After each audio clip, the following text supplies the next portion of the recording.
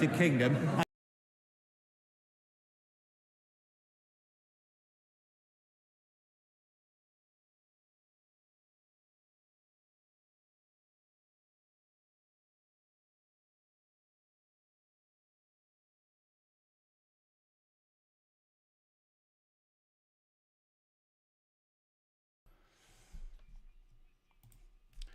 Hello, and welcome to Not Safe for Work, Prime Minister's Questions. Me, Graham Hughes.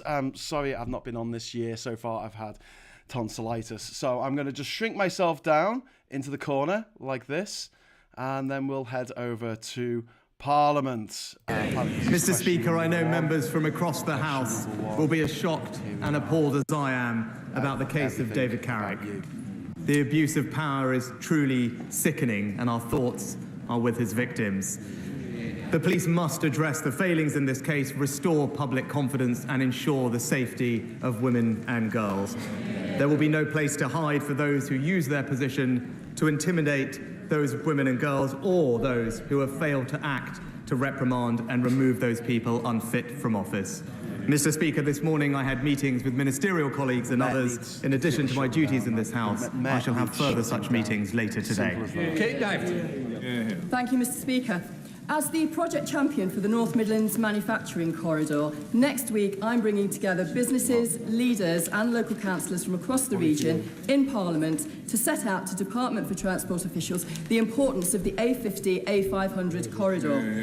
The Prime Minister understands the importance of investing in our infrastructure and unlocking the potential of our towns and cities. So will he urge government colleagues from Bays and DLUC to attend the meeting and to hear more about the benefits this investment would bring to our region? Mr. Speaker, the government recognises the strategic importance of the A50-A500 corridor to the Midlands. I know final decisions on this scheme will be made in the third road investment strategy, which is fully published next year. But I know my honourable friend will be contacting ministers in the relevant departments to invite them to hear her case.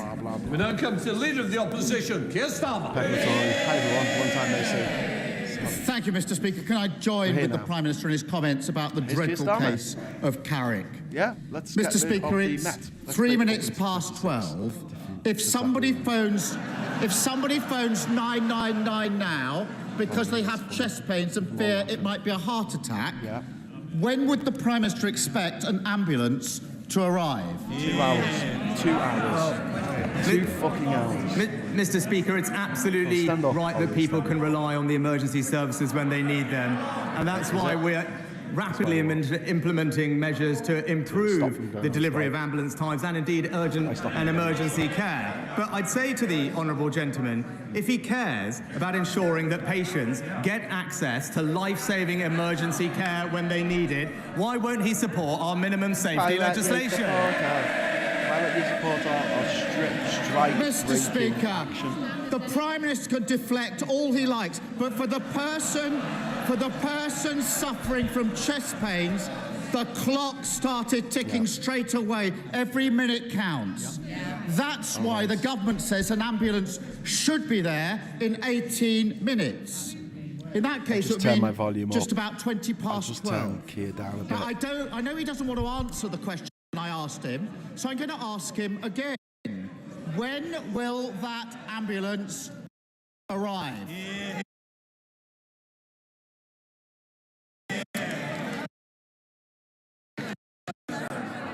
Mr. Speaker, because of the extra funding we're putting in to relieve pressure in urgent and do you know what? I'm emergency going to get a care different departments, USB cable because of for the my investment we're putting microphone. in ambulance call handling, we will improve dodgy. ambulance times as we are recovering from the pandemic and indeed the pressures of this winter. But I say to the honourable gentleman again, because he makes my case for me, he describes the life-saving care that people desperately need. So why, when in other countries like France, Spain, Italy and others, why is he depriving people here that care?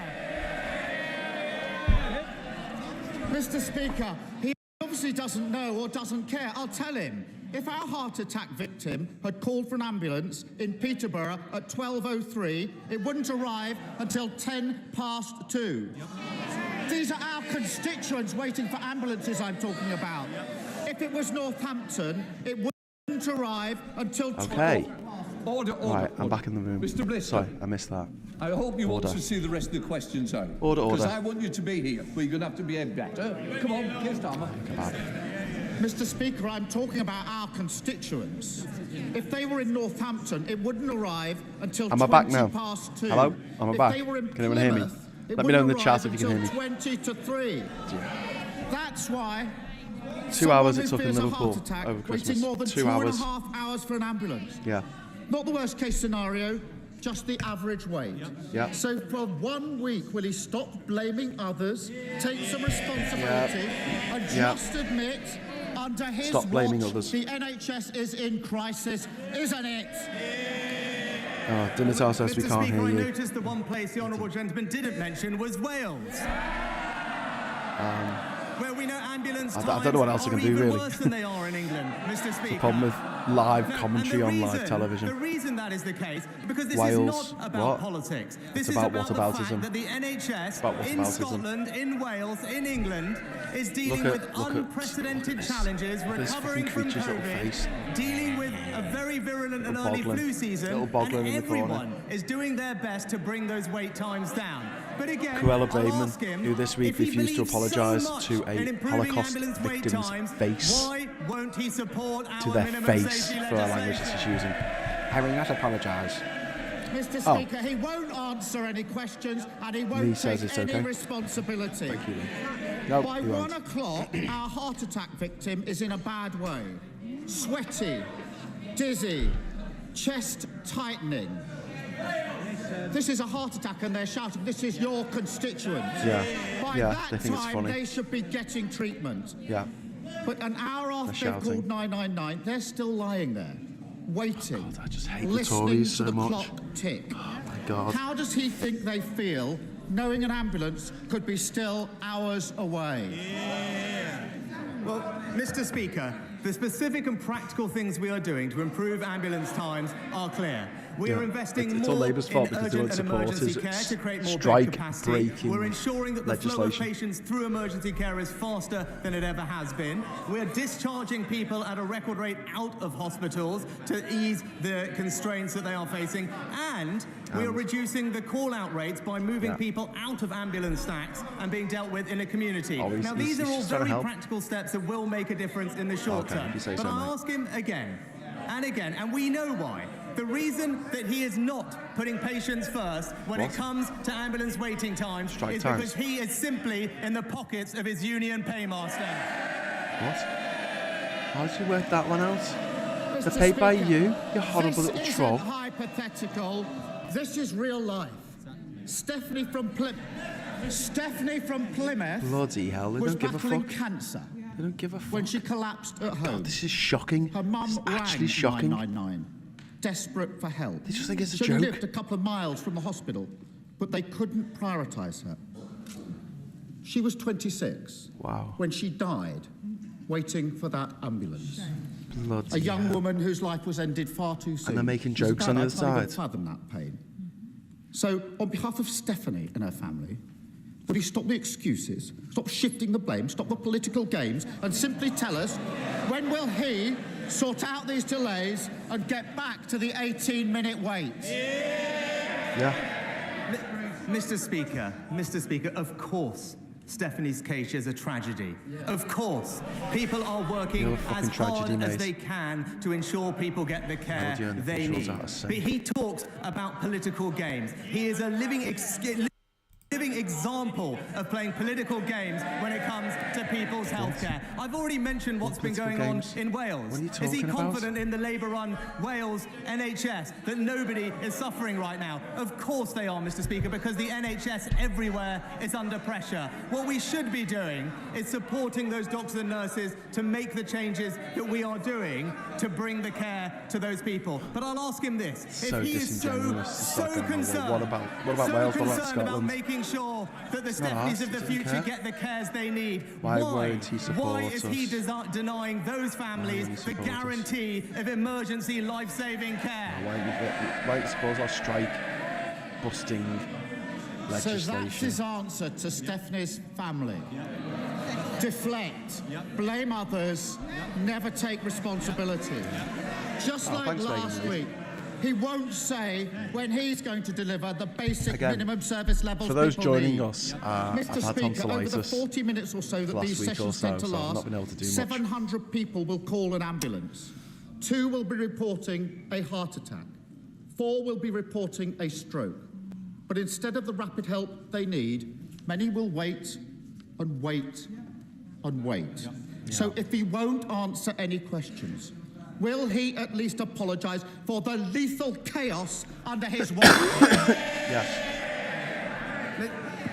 Mr. Speaker. Mr. Speaker. Go on, apologise. Mr. Speaker, he asked about the minimum safety levels. We will deliver them as soon as we can pass them. Why won't he vote for them, first of all? But Mr. Speaker, we are God, delivering look at him, on like the a people's lunatic. priorities. She's not As all we've there, seen is this she? week, the honourable gentleman will just say anything if the politics suits him. It's as simple as that. He will break promises left, right and centre. He promised to nationalise public services. He promised to have a second referendum. He promised to defend the not mass in power. migration of the He's not in EU. power. And now we're apparently led to believe that he... I expect the front bench just to keep a little quiet, because if they don't, there's somewhere else for them to shout their noise. Fuck off, Lindsay. Mr. Speaker, if we are going to deliver for the British people, people need to have strong convictions. But when it comes to the honourable gentleman, he Fucking isn't just for the guys free delivered movement us of people. fucking He's 10% also got the free inflation. movement of Guys delivered principles. us fucking the worst cost of living crisis in living memory. Look at that. Oh my God, she's just bonkers. Mr. Speaker, on Monday, the independent Net Zero Review was published by my honourable friend, the member for Kingswood. Does my right honourable friend join me in welcoming many of those recommendations, and in particular to provide clarity and all continuity male Tory MPs are to either all those Undertakers or working to Gammon. decarbonise This one's our an economy, Undertaker. especially those supporting South Shropshire Climate Action Group in my constituency? Well, Mr. Speaker, can I thank my right honourable friend, the member All the for female Kingswood, for ones his view, but are also either pay tribute to my right honourable friend for his work in this area. Hyacinth I'm pleased that the report or recognised the Eva Braun. UK's leadership in tackling climate change and catalysing a global transformation in how other countries are dealing with it. We have, as the report acknowledged, exceeded expectations to decarbonise, and we're responding to the full range of the review's requests and recommendations in the coming year. Expectations. Leader of the Probably SNP, Stephen buying carbon credits. Bullshit. Mr. Speaker, to promise is a thing, to keep it is another. Well, the Scottish Government kept their manifesto promise to the people, and thanks to support from members of all political parties in Holyrood, the GRR bill was passed. Yes. Surely in that context, the Prime Minister must recognise that it is a dangerous moment for devolution when both he and indeed the Leader of the Opposition seek to overturn a promise made between Scotland's politicians and Scotland's people. Well, Mr. Speaker, let me be crystal clear that the decision in this case is centred on the legislation's consequences for reserved matters, as is laid out in the Scotland Act, which established the Scottish Parliament, which the honourable gentleman talks about, and at the time supported by the SNP. This bill would have a significant adverse effect on UK-wide equalities matters, and so the Scottish Secretary, with regret, has rightly acted. Why would it have? Mr. Speaker, let me be crystal clear. This is the Conservative Party seeking to stoke a culture war against some of the most marginalised people in society. Bullshit. Culture war, Scotland's anti-trans democracy bullshit. is Sick of simply it. Fucking collateral sick of it. damage. And on that issue of democracy, let's reflect. Because on Monday, the UK government introduced legislation to ban the right to strike against the express wishes of the Scottish government. On Tuesday, they introduced legislation to overturn the GRR against the express wishes of the Scottish government. And this evening, they will seek to put in place legislation that rips up thousands of EU protections against the express wishes of the Scottish government. Are we not now on a slippery slope from devolution to direct rule? Flynn. He's absolutely right. No, Mr. Speaker, of course we're not. This is simply about protecting UK-wide legislation about ensuring Yeah. the safety It's about of what? women and children. Is it? This is not about the devolution settlement. I would urge the honourable gentleman and his party to consider engaging with the UK government on the this UK bill, government that tells as them we what did to do. before the legislation passed, so that we can find a constructive way forward in the interest of the people of Scotland and the United Kingdom. Yeah, Lee, you're right. She is a Thank bit you very like much, Doris Mr. with Speaker. Boris. The care, education and support that children receive Mockery, in their democracy, says earliest Dream years Dancer. has the You're not biggest wrong. impact on their future life outcomes. And that's why the affordability, accessibility and quality of childcare is so important for families in Edinburgh and right across the country. Yet, despite significant investment by the UK government since 2010, for too many families, the childcare system remains inflexible, complex and expensive. So, can I ask my right honourable friend to restate to this House his commitment to address this essential and pressing issue so that every child can have the best start in life? Well, I know this is he's the a son topic my honourable of, friend Sir knows John very Timpson well from and his the owner own of background, and he's right Timpson, that it is essential chain. to access quality He's a Tory. childcare, which is why we Oh, he provide went to Uppington every 3 and School. 4-year-old eligible School. with at least 15 hours a week Public of free school. childcare, and In, we're considering in new Leicester. plans to improve the cost, choice and affordability of childcare, whether to know. consulting Good to know. on ratios or Nepotism indeed and supporting being more born people into to the right become family, childminders. go to the right school, get you everywhere in this cunt of a country. Transport Secretary implying NHS workers are deliberately putting people in danger. A Health Secretary pitting dedicated nurses against vulnerable patients. Does the Prime Minister really expect the public to believe that the very people who've dedicated their lives to saving life and limb are so reckless? Or is it not the case that this government have pushed them to their absolute limit and they have no other option but to strike? Mr. Speaker, we have enormous respect and gratitude for all our public sector workers, especially those in the NHS, which is why we have backed them with not just record funding, but also record investment funding. in more Record doctors and underfunding. nurses, Record 15,000 underfunding. more doctors, Below 30,000 inflation. more nurses, Pay cuts, and more actual life-saving pay cuts. equipment, which will help them do Doctors their over the last jobs. few years And we have had a continue to want to engage constructively 25% in pay dialogue with cut them. in real terms under your fucking government. Well, thank you, Mr. Speaker. Right 25%. up Northern Pinner has a great many car-dependent, The fuck is this little older joker? and Fucking disabled slab of gammon here. constituents, many of whom are horrified to Little troll, read little that gammon the Mayor troll. of London may have manipulated the outcome of his own consultation. May have manipulated the outcome of his own consultation in order to impose an unwanted £12.50 daily charge every time they go to a medical appointment or attend hospital. So, does my right honourable friend agree with me that any further rollout of the ULEZ should be paused until these matters have been fully investigated?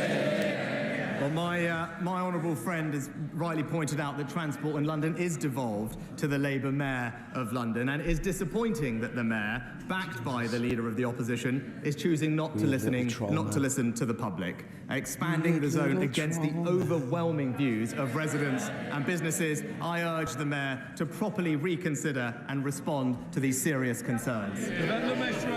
Mr. Speaker, the Prime Minister showed his card this week by ramming through the sacking nurses bill. He has Nav Mishra. he has literally gone from clapping nurses to sacking them. His Transport Secretary has said that the bill is unworkable, and the Education Secretary has said that it is not needed. Why does he still want the bill? Mr. Speaker, it was the Labour Party that showed their cards this week when it came to backing working BBC people. were looking it up there. What I'd say to the honourable gentleman, Well, he thinks it's a joke. to the It's just honourable a fucking gentleman, joke. if he really It's just a fucking cares joke to him. about supporting patients, if he really cares about children getting the education they receive, if he really cares about working people being able to go about their lives free from disruption, he should join actually in legislation which is prevalent Yeah, I in know he's a many Momentum other member, countries, but ensure Lee, we can minimum get him on safety board. levels in our Trust me. critical public We can get him on services board. and get off the picket lines himself. Thank you, Mr. Speaker. Continuing a theme, evidence is now very clear that the London Mayor's sham consultation has suppressed 5,000 negative responses from members and supporters of Fair Fuel UK, of which I am the APPG chairman. Now, what angers me is this is a tax against my residents in South Thanet.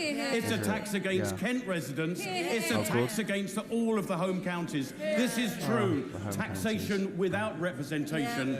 And when my right honourable friend assure me he will do all that he can to stop this, because it is a tax that is a fill-up against a failed mayor's budget and a failed mayor.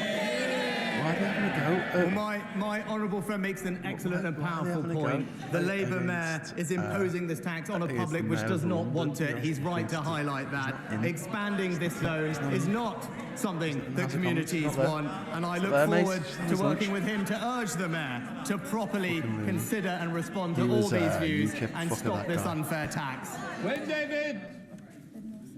Mr. Speaker, during a period of 12 months, 2 of my Caerphilly constituents have lost their lives after being attacked by dangerous dogs. A 10-year-old boy and a senior citizen. Fatalities have also occurred in other parts of the country. It is clear that the Dangerous Dogs Act is woefully inadequate. I've got to agree with the him. The government has commissioned studies. It has debated the subject at length, but it has done nothing. My question is, when will the government take action on the issue of dangerous dogs? Well, the honourable gentleman raises a very important case, and I'm very sorry to hear about the specific families that he mentions, and we recognise that dog attacks can have horrific consequences, and I want to assure him that we take the issue incredibly seriously, and that's why we've established a working group between police, local authorities and other key stakeholders to consider all aspects of tackling irresponsible dog ownership. That working group will make its recommendations later this year, and of course the government will respond promptly. Karen Bradley. Speaker. By the way, Mr. Speaker, Stafford Moorlands District Council, run by the Conservatives, has an excellent track record of delivering for my constituents whilst keeping council tax low. We have put a bid in to the Levelling Up Fund, and I know that money would make such an incredible difference to my constituents. So will he use his good office to encourage the Department for Levelling Up to look favourably on us this week? Well, my right honourable friend has been a stalwart champion for her community, and in particular their Levelling Up Fund bid, which I know will make a massive difference to her community. I wish her and her constituents every success when we announce the next successful round of bidders to that fund. Sarah Green. Thank you, Mr. Speaker. Many of my constituents in Chesham and Amersham are struggling to keep up with their energy bills this winter. When they do fall behind, too often families are punished by being switched over to prepayment meters, which are more expensive, which does nothing to help their financial situation. Will the Prime Minister back our call to ban energy companies from forcibly installing prepayment meters and stop energy companies from switching smart meters over to prepayment meters remotely? Well, Mr. Speaker, I want to assure the honourable lady that let's have words has specific regulations in place regarding the use of prepayment meters and how energy companies should treat those that are struggling with their bills. But what I am pleased to say is that her constituents will receive around £900 at a minimum of support with their energy bills this winter as a result of the actions of this government. Jacques Leplasty. Will my right honourable friend join me in paying tribute and thanks to the several thousand people at MOD Defence Equipment and Support at Abbey Wood in my constituency who work tirelessly to ensure that the military equipment and supplies that we have pledged to the people of Ukraine are dispatched quickly and efficiently? And does he agree with me that events in Ukraine are a reminder yet again of the need to invest more in our own sovereign defence manufacturing capability? Well, Mr. Speaker, honourable friend makes an excellent point, and I'm happy to join him in paying tribute to his constituents at the MOD facility. The work they are doing is making a critical difference in the fight to combat Russian aggression in Ukraine. I know it's extremely appreciated both by the President of Ukraine and his people, and he's right also that it highlights the need for more investment, which is why we're putting £24 billion of investment into our armed forces, but also increasing the amount of kit that we manufacture here at home. Thank you, Mr. Speaker. It's almost a year to the day since the then Business Secretary at a visit to the British Rail site in my constituency, promised the company £100 million and proudly boasted to the national media that he couldn't think of a better project that better demonstrated levelling up. Yesterday, the company entered administration, having received not a penny in financial support from the government. Would the Prime Minister agree with me that there's not a single project in the country that better demonstrates the government's lack of industrial strategy, failure of levelling up, and abandonment of the North East? Well, Mr. Speaker, Can't first argue of all, with let me Ian say my Mayfield thoughts there, are with even the though company's he's a bit of a employees and compromise. families at the time, and we stand ready to support those impacted. Now, let me just outline for the Honourable Gentleman what exactly has happened. We did offer significant support to British Volt through the Automotive Transformation Fund, considerable amount of funding, but entirely reasonably, and it's not something that I expect the Labour Party to understand, that support was conditional on the company receiving private investment as well, which I think is a sensible protection for taxpayers. Unfortunately, that didn't materialise, but I think it's completely wrong to take from that about what else is happening in the North East. Across the North East, there is new investment. Have a good day. In the new Envision and Nissan plant, in electric vehicle manufacturing, £1 billion investment in the North East. Just look at what's happening in Teesside or on clean energy. This government is committed to the North East, and it will deliver more jobs and opportunity under this Conservative administration. Manage to climb if you get away with it. Thank you, Mr. Speaker. Gets a nosebleed if he comes this far north. The Prime Minister has long been a friend to business. As Chancellor, he listened to businesses in Stoke-on-Trent Central about their issues. Stoke-on-Trent has a wide range of manufacturing, fabrication and engineering excellence. Does he agree with me that growing these activities is a vital strand of our levelling up ambitions? And may I invite him to revisit my constituency to meet with them? It's going to fly. It's going to fly up to Stoke. My honourable friend is an excellent champion for her constituents, and particularly her advanced manufacturing businesses, which I've had the pleasure of visiting with her in the past. It's important that we support those businesses on energy prices, which we are doing through the announcement the Chancellor recently made, particularly with regard to generous support for energy-intensive industries. And indeed, they can also apply for up to £315 million of capital grant funding to help them make the transition to net zero. On Butler. Thank you, Mr. Speaker. Mr. Speaker, when I had breast cancer, I had phenomenal nurses. When I had to be rushed to the A&E, the ambulance crew looked after me. Unison GMB, they're on strike because no one's negotiating with them. Mr. Speaker, for the first time in the Royal College of Nursing history, they have balloted and they are on strike today. I've spoken to the General Secretary of the RCN. She's adamant she wants to end the disputes. Today. She just needs a meeting with the Prime Minister. Will the Prime Minister show leadership and meet with the RCN? Just a simple yes or no. Mr. Speaker, at the turn of the year, the government wrote to all unions, including the RCN, to invite them for frank, open, honest, two-way dialogue with relevant Secretaries of State. I'm pleased that those meetings are happening in a range of sectors, and I hope that we can find a constructive way through this. Speaker, as we approach Holocaust Memorial Day, colleagues can sign the early day motion, they can sign the Book of Commitment, they can attend the various commemorative services. I have to report some very sad news to the House, that the well-known Holocaust survivor, Ziggy Schipper, died at the age of 93 in the early hours of this morning. He was a survivor of Auschwitz, Birkenau and Stutthof concentration camps. He spent his life in this country spreading his message of hope to young people.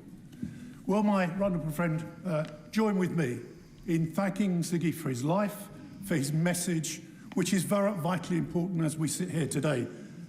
Do not hate. Well, Mr. Speaker, I'm very sorry to learn that Ziggy has passed away, and my thoughts are, of course, with his family. I know he was a man with wonderful, wonderful energy and humanity, and I pay tribute to him for his work, and indeed all Holocaust survivors who have so bravely shared their testimonies. We must never forget the Holocaust, and as my honourable friend rightly said, I know the whole House will join me and him in echoing Ziggy's message, which is poignant and accurate. Do not hate. Graham Stringer. Will the Prime Minister join his Conservative predecessors in guaranteeing that the HS2 project reaches Manchester, or does he still believe that investment should be taken for poorer areas in the north and given to the more affluent parts of Kent? Mr. Speaker, this government is investing record sums in transport infrastructure across the country, but especially in the North and Midlands, with a £96 billion integrated rail plan, which will improve journey times east-west across the north and connectivity across the East Midlands. It's a record we're proud of, and now we'll get on with delivering it.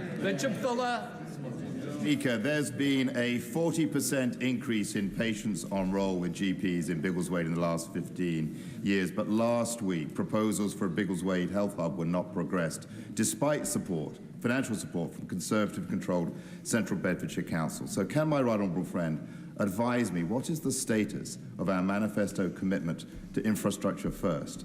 And will he and his ministers work with me to bring together the various parts of the NHS to bring the Biggleswade Health Hub back on track?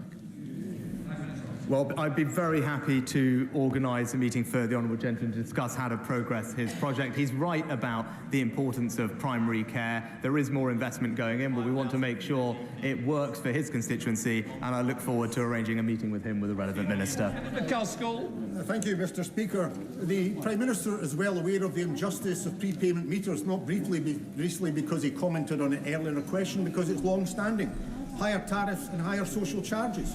Why then has he allowed a situation where hundreds of thousands have been forced into that penury at a time when winter is upon us and prices are rocketing, and where we face a situation of 8.4 million people facing fuel poverty in April? All he requires to do is to instruct, through himself or through a minister, Ofgem to ensure that there's an equalisation of tariffs between debit and credit, and also that his government takes steps to provide a fund for those who have seen debt arise because of his government's failures. Will he end that manifest injustice of the poor paying most? Will he fuck? I think the Honourable Gentleman's proposal would also increase bills for many millions of families, so I'm not sure it is the right approach. But what we are doing is providing people who around haven't got much money, £900 of specific support with all families' energy bills this winter. There's further targeted support for those who are most vulnerable, which is absolutely the right thing to do. And as the Chancellor has already announced, we're consulting on what the best thing to do going forward, including options, as he mentioned, such as a social tariff, as part of our wider reforms to the retail energy market. Laura Farris. Thank you, Mr. Speaker. Every single country in the G7 requires some level of minimum service to be provided when strikes take place in essential public services, often with laws that actually go much further than that.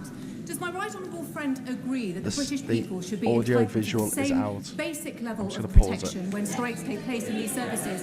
And does he think the former Labour Prime Minister Tony Blair had a point when he said last year the big defect at the birth of the Labour Party was its tie to organised labour?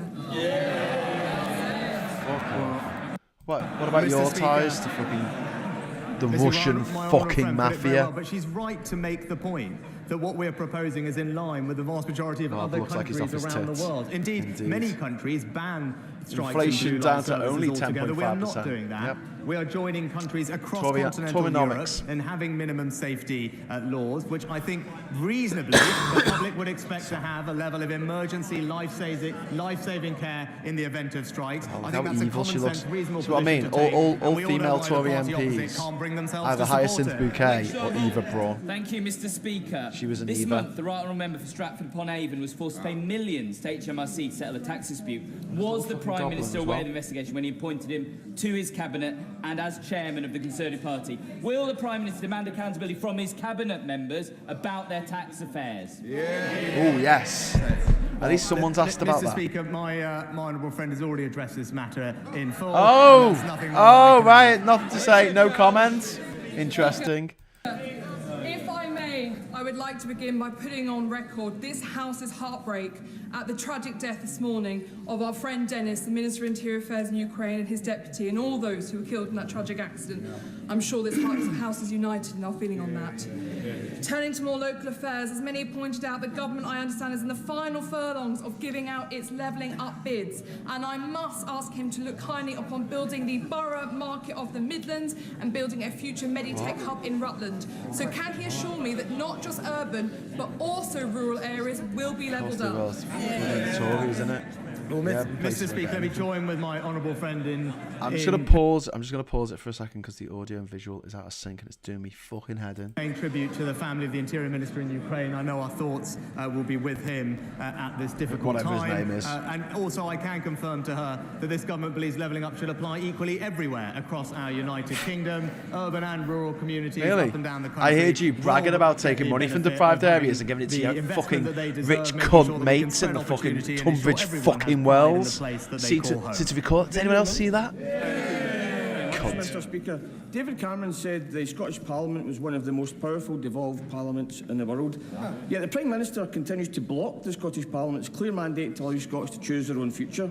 And on Monday, he sent his MPs through the lobbies to deny Scottish workers' right to strike, despite overwhelming Scottish Parliament opposition. And Tuesday, he sent his Secretary of State for Scotland to block an act that the Scottish Parliament voted for by 70% of MSPs, including Tories. 70%, including Tories. Assertion holds any water whatsoever. So the English Parliament keep doing things that annoy and upset Scotland, and yet they have no... 347 acts passed by the Scottish Parliament, which is undeniably one of the most powerful devolved legislatures anywhere in the world. In this exceptional case, fuck off. It's clear. I hate this use of statistics where they go, you've had this many things that have gone through. You had so many days without a murder. So did that murder really count?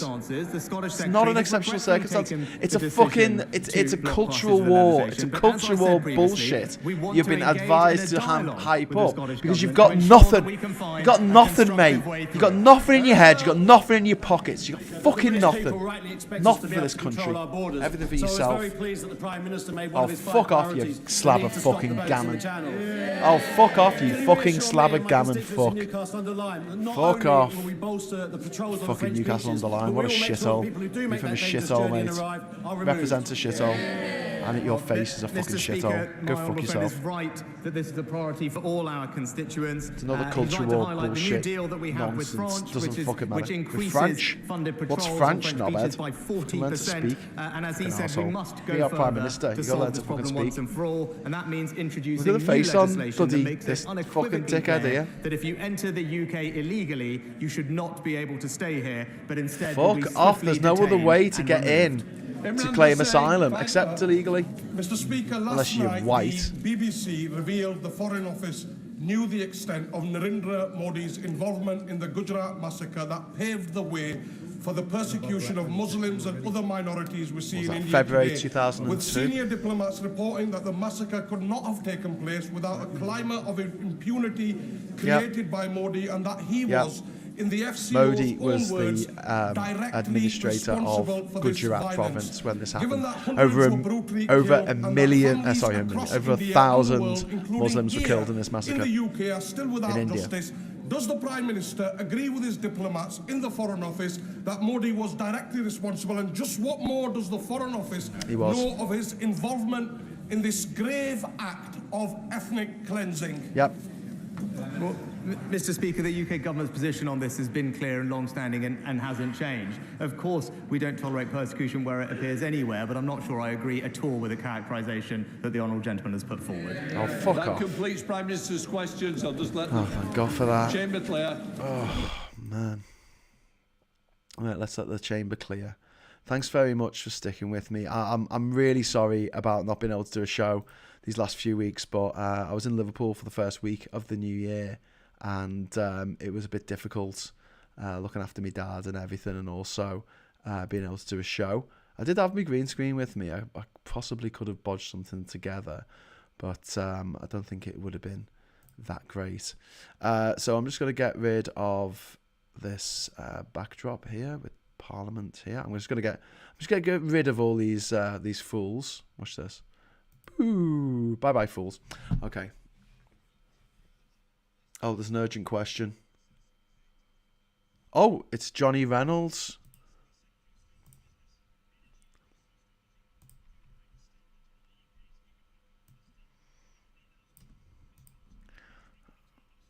Okay, it's about British Volt entering into an administration.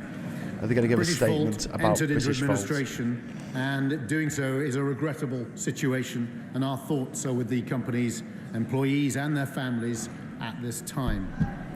The government is entirely committed to the future of the automotive industry and promoting EV I didn't have the sound capability. on. Sorry. As part of our efforts to see British companies succeed in the industry, we offered significant support to British Volt through the Automotive Transformation Fund on the condition, But you didn't get any businesses that key involved. milestones, including private sector investment commitments, were met.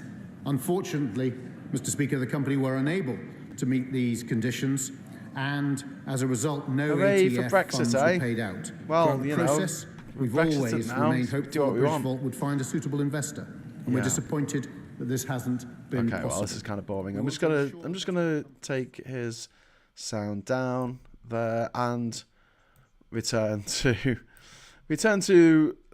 the oh shit. Sorry, I'm just gonna shut that down. It's not that interesting. Bit depressing, really. Brexit reality. We couldn't get any investors. Why couldn't we get any investors into our gigavolt factory that we were going to have? Possibly because no fucker wants to invest in the UK right now. Any ideas why people wouldn't want to invest in a country that's just put up a fucking massive brick wall between it and its neighbours when it comes to trade? Any ideas? I can't work it out myself. It's beyond my comprehension. Why any country would not, why any company or country would not want to invest in a country that's going through some kind of mad midlife crisis that doesn't have enough workers to do even the basic jobs. A country that has decided to impose trade sanctions on itself like a bunch of fucking tossers. A country that seems to be at war with itself over the Northern Ireland Protocol, over the Scottish Parliament having any kind of rights of self-determination that were laid down in the devolution document in 1999. It seems that that's not actually happened, and the English government, well, let's call it the English government, it's a British government, but let's call it the English government can override their will when it comes to them becoming independent, so they can't leave unless the English say so, and they can't bring in bills like the Gender Recognition Act, which, as was mentioned in Parliament today, received support not just from the SNP but from the Greens and from Alba and from the fucking Conservatives. All parties contributed towards this act, and because the Tories know that there is a sizable number of people who go, oh my God, trans people, I don't know what to think about this. Please tell me what to think about this. And then the person who tells them what to think about it is that fucking weirdo who's like completely obsessed with trans people, who just like, you know, puts Facebook comments every day about trans people and how much, you know, they're wrong and they shouldn't exist. And it's all a mental health disorder. That's what it is. It's a mental health disorder. Exactly the same thing that people said about gay people for centuries. Well, maybe not mental health, because I guess we didn't realise about mental health, but certainly in the 20th century, there were a lot of people who said, oh, it's just a phase. You bring down the age of consent for homosexual acts down to 16 as it is for heterosexual acts, then what you're doing is essentially, creating mad people that will need electroshock treatment in the future. And, you know, what about people who go a bit gay and then decide they don't want to be gay, eh? What about them? They've ruined their lives? How? I don't know. But whatever. But the Tories know that this is a very... it's part of the culture wars. It's perfect for them to jump on and say, no, Scotland, you can't have this Gender Recognition Act. Which actually, if we talk about things like this fear of men using the women's toilets and declaring themselves to be female so they can go into the men's toilets, I mean, that never actually fucking happened. Even if we go as far as saying, you know, that's a thing that exists, in the UK, it's not actually illegal, you know. It's not illegal for a bloke to go into a woman's toilet. The GRA makes it illegal. There you go. There's your protection for women. That's actually better than what is there at the moment, which is nothing.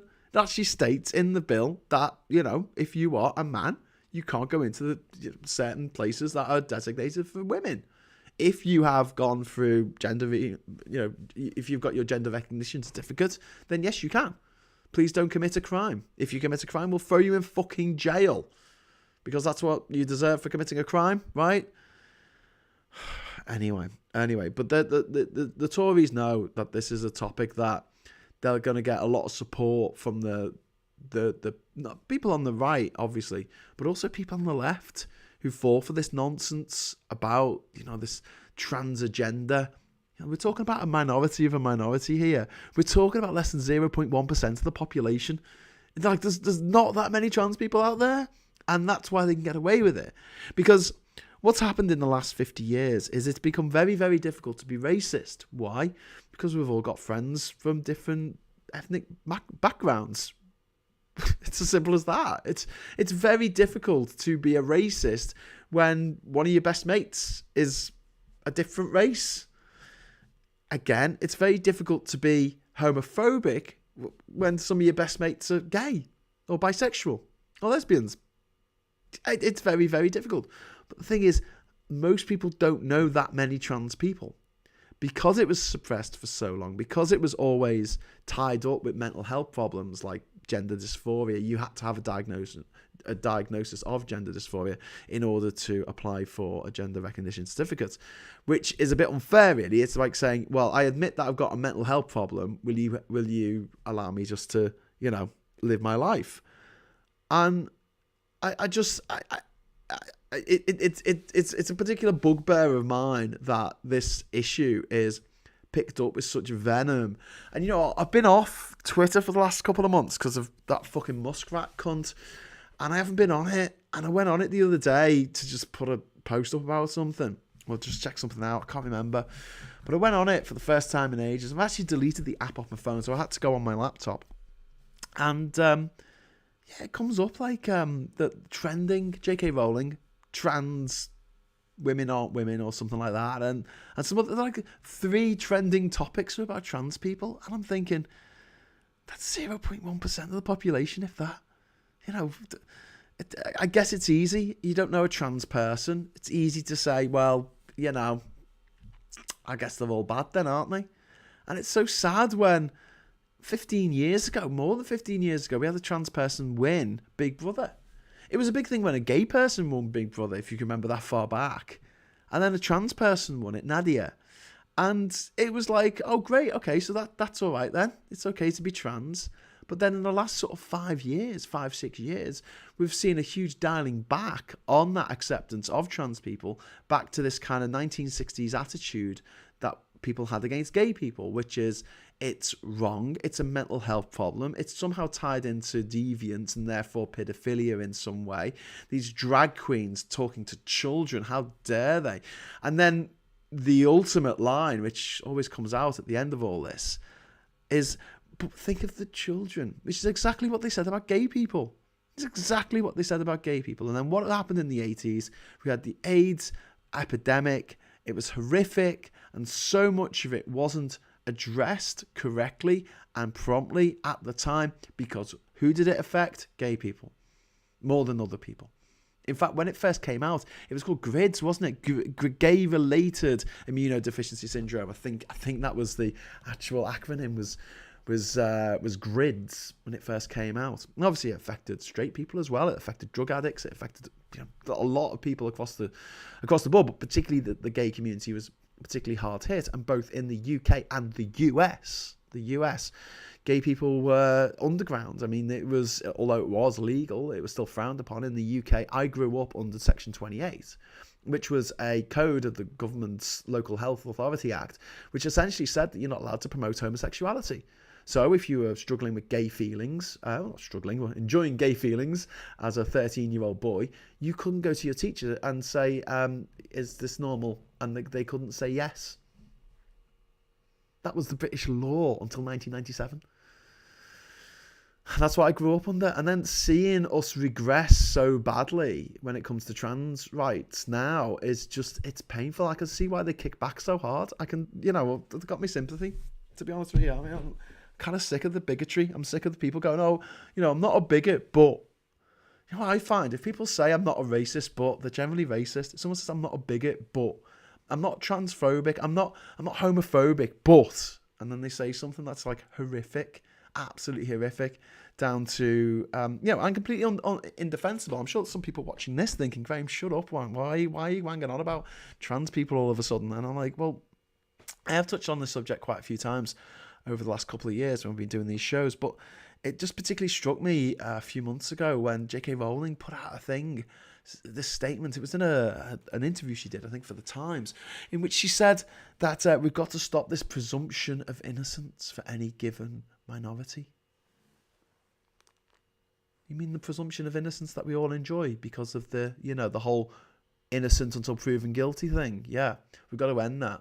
This is the richest, whitest woman in the world, the richest, whitest, most heterosexual woman in the world, saying that we need to stop, you know, giving this blanket idea of innocence to people. No. Do you know what? If you get arrested, they think you probably did it. Generally speaking, you've got to do something to get arrested. But we've got to stop this presumption of innocence. Well, you know, even if you do get arrested and they think you did it, you're still technically innocent until proven guilty. That's the fucking law. That is the law that we all live under. And that scares me, that kind of, you know, draconian attitude, and it feels like it's going backwards. And I feel like we're losing allies on the left to these fucking mad culture wars. Meanwhile, at the same time, I mean, obviously, this, I wish it was as though Keir Starmer was trying to nail him to the wall about the NHS emergency ambulance waiting times, which are disgusting. And in response, Rishi Sunak was saying, well, you should support our strike-breaking legislation that we're bringing in. This is a solution to the problems the NHS is facing. They're going to stop the NHS going on strike. Now, I don't know if you know this, but like the ambulance waits were up to 2.5 hours before the ambulance workers went on strike in December. So it's not really the strikes that have caused this. The strikes are a response to this and the amount of overtime that people are doing and the lack of pay that they're getting, as I mentioned in the chat earlier when we were talking. I mentioned during Prime Minister's questions, doctors are getting 25% less than they did 15 years ago. 25% less in real terms. And no one talks about doctors because they go, oh, well, they get paid enough, don't they? Yeah, but I mean, considering what they do, I'd like to pay them more. I would like to pay, if I could pay them out of my own pocket, if I had the fucking money to do so, I fucking would. Because you know what? They're saving fucking lives. They're not moving money around in a fucking hedge fund, banking on some company folding and making loads of money out of shorting the fuckers. They're not doing that. You know, they're doing something actually productive and good. I'm going to have to wrap this up soon because my tonsillitis, this fucking throat is killing me. But no one wants to sit here while I have a coughing fit. But the government, at the moment, they've already stolen your right, your freedom of movement. They have made it so there's only one other country that you can move to in the whole of Europe now with no questions asked, and that's Ireland. Outside of Ireland, we used to be able to go and live and work, start a business, build a bank, build a house, build a bear, get married, settle down, have kids, all that kind of stuff in 31 other countries around Europe, including France, Italy, Greece, Malta, Cyprus, beautiful places. Now includes Croatia. The whole Croatian fucking coast along the Adriatic is fucking beautiful. Why would you not want to live there? I mean, yet we now have to ask permission. Get in the fucking queue with the rest of the world, with the people applying to go and live there from Australia, from Kenya, from Argentina, places that don't have an agreement necessarily with being able to move to Croatia. We did that, and people just fucking cheered. Now they've come for the protesters. So if you've been in a protest in the last 5 years, or if you've organised a protest in the last 5 years,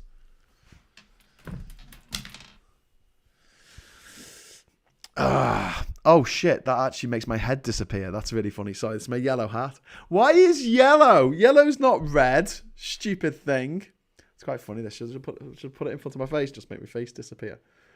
That's me bollocks to Brexit hat. That's my big yellow bollocks to Brexit hat. You can see bollocks to Brexit there.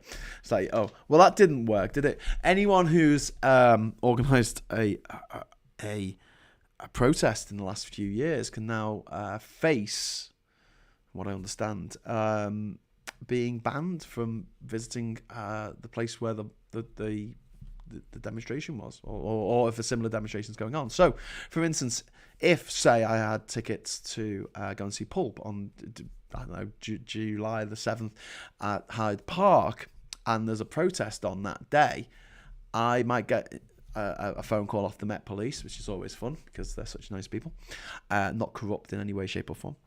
And they could tell me I'm not allowed to go to London on that date. I go, but I'm not going to protest, I'm going to a gig. Yeah, it doesn't matter. You're not allowed to go. So they're taking my freedom of movement, even around my own country, away from me. They want to take your freedom to assemble away from you. They want to take your freedom to protest away from you. They want to take your freedom to strike away from you. Not only does it take over 50% of the of the membership of a union to vote to strike, and if you don't get that quorum, then you're not allowed to strike. You're not allowed to vote to strike online. You can vote for the leader of the Conservative Party online. You can vote on that even if you're some fucker from some other fucking country. Even if you are a Russian terrorist, even if you're a leader of the fucking Wagner group, you can vote for who becomes our Prime Minister online through the Conservative Party portal. But if you are a member of a union, you have to apply to strike via the post. And I don't know if you noticed, but the postal workers went on strike recently, and it meant that a lot of our deliveries didn't get through.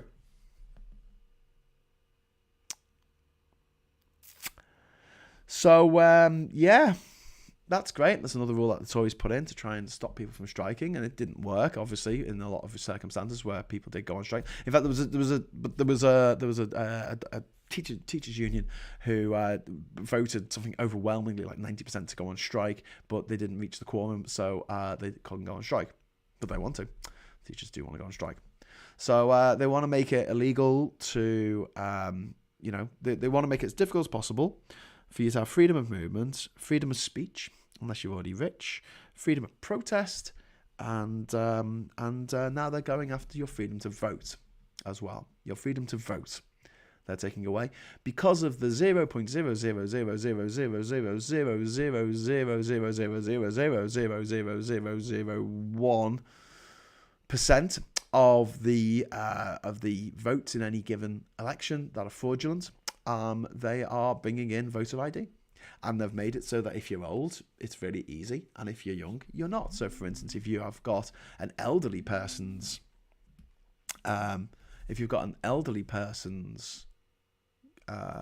Oyster card, you can vote with that. You can turn up with your elderly person's Oyster card and say, I'm a gammony piece of shit, and I'm going to vote UKIP or fucking Brexit Party or the Conservatives, and they'll say, come in, you fool, fill us with your X's in the correct spot for these fascists to remain in government.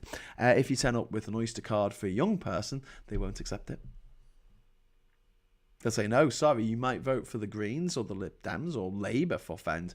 But you're certainly not allowed to vote here, you young person of that particular demographic. So this government is becoming dangerously fascistic. And who are the people fronting up in front of the government? It's not the army. We've kind of degraded the army now, so it's paled into insignificance.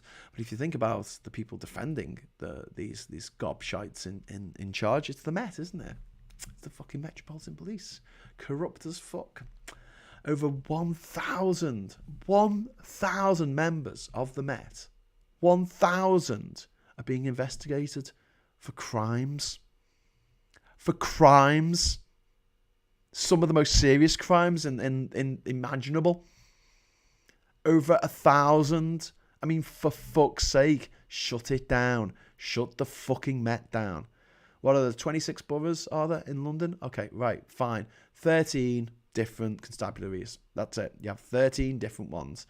And you know what? They can share resources, they can share information, but each one, if there's any bad apples, you fucking get rid of them. Or even better, put them in jail. There you go. Make a new law that says if you are a criminal and you go for a job at the police, we can throw you in jail for even fucking asking. Anyway, I've missed your chat for a little while there, so I'm just going to update the chat and see what you beautiful people are saying. I've probably not been broadcasting for the last few minutes, but I'm come up to the hour mark now, so I'm gonna have to call it a day. I went back out and came back in, and the thumbnail was the thumbnail I came up was like me looking very angry at Rishi Sunak. Glad your tonsillitis has cleared up, says David Feltner.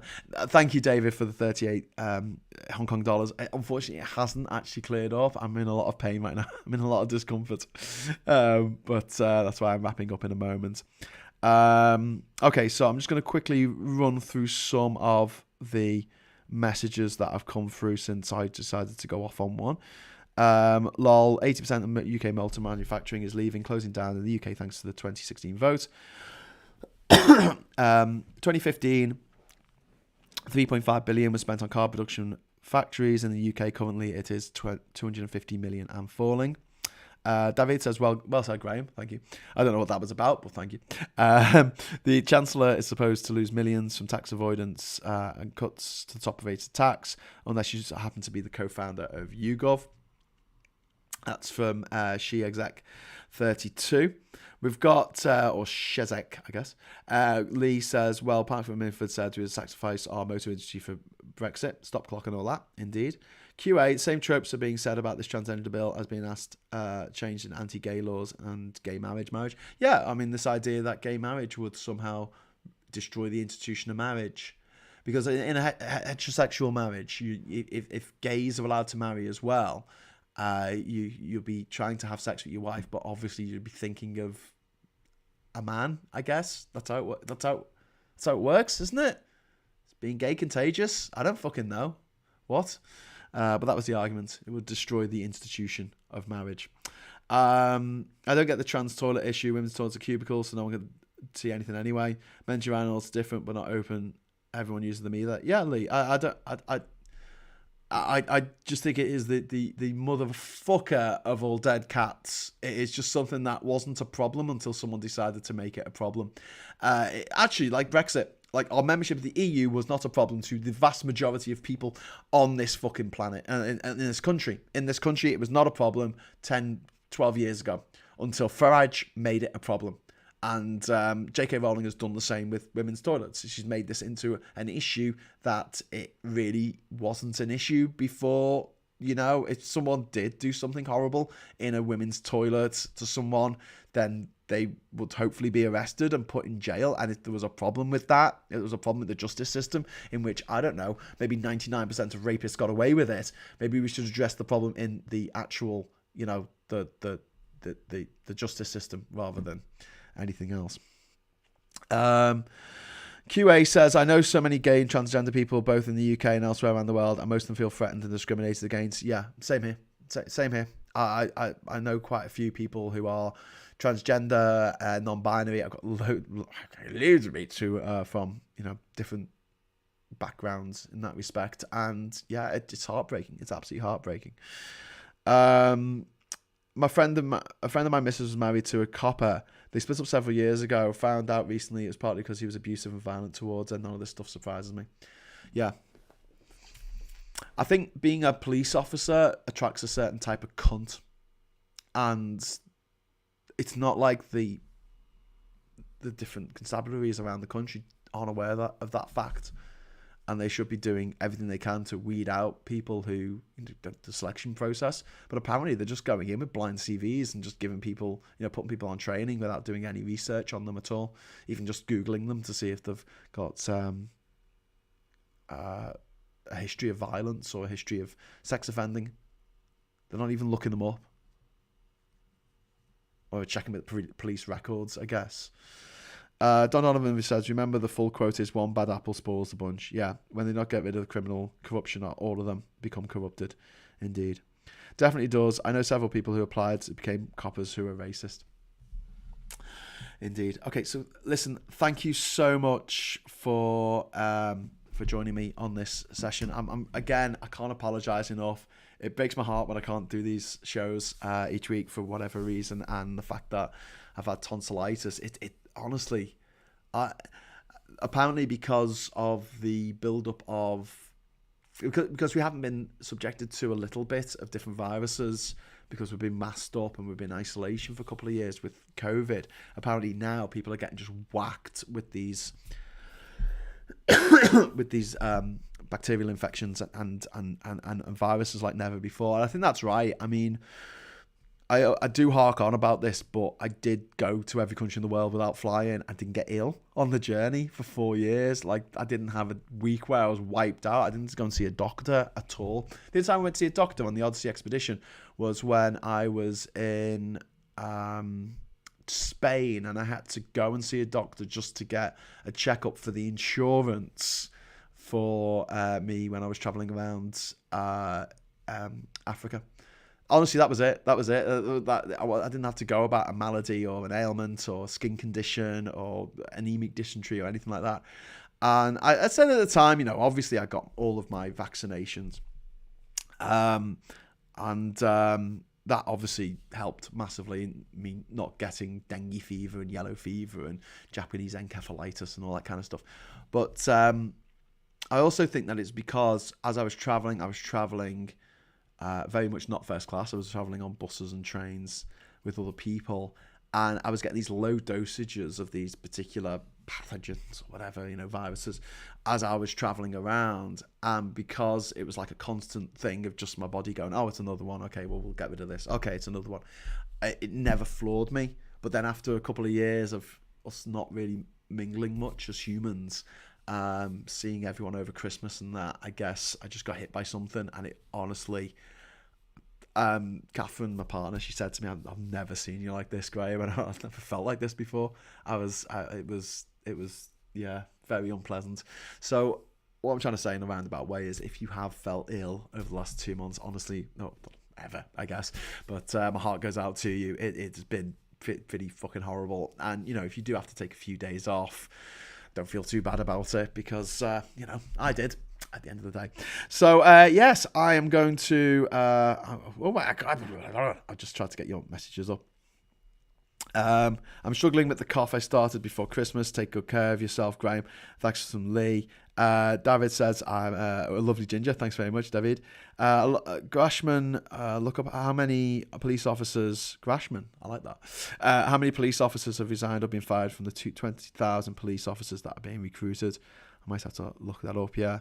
A lot of people have been asking to join, have linked to banned groups, yeah. They need to be doing proper due diligence, but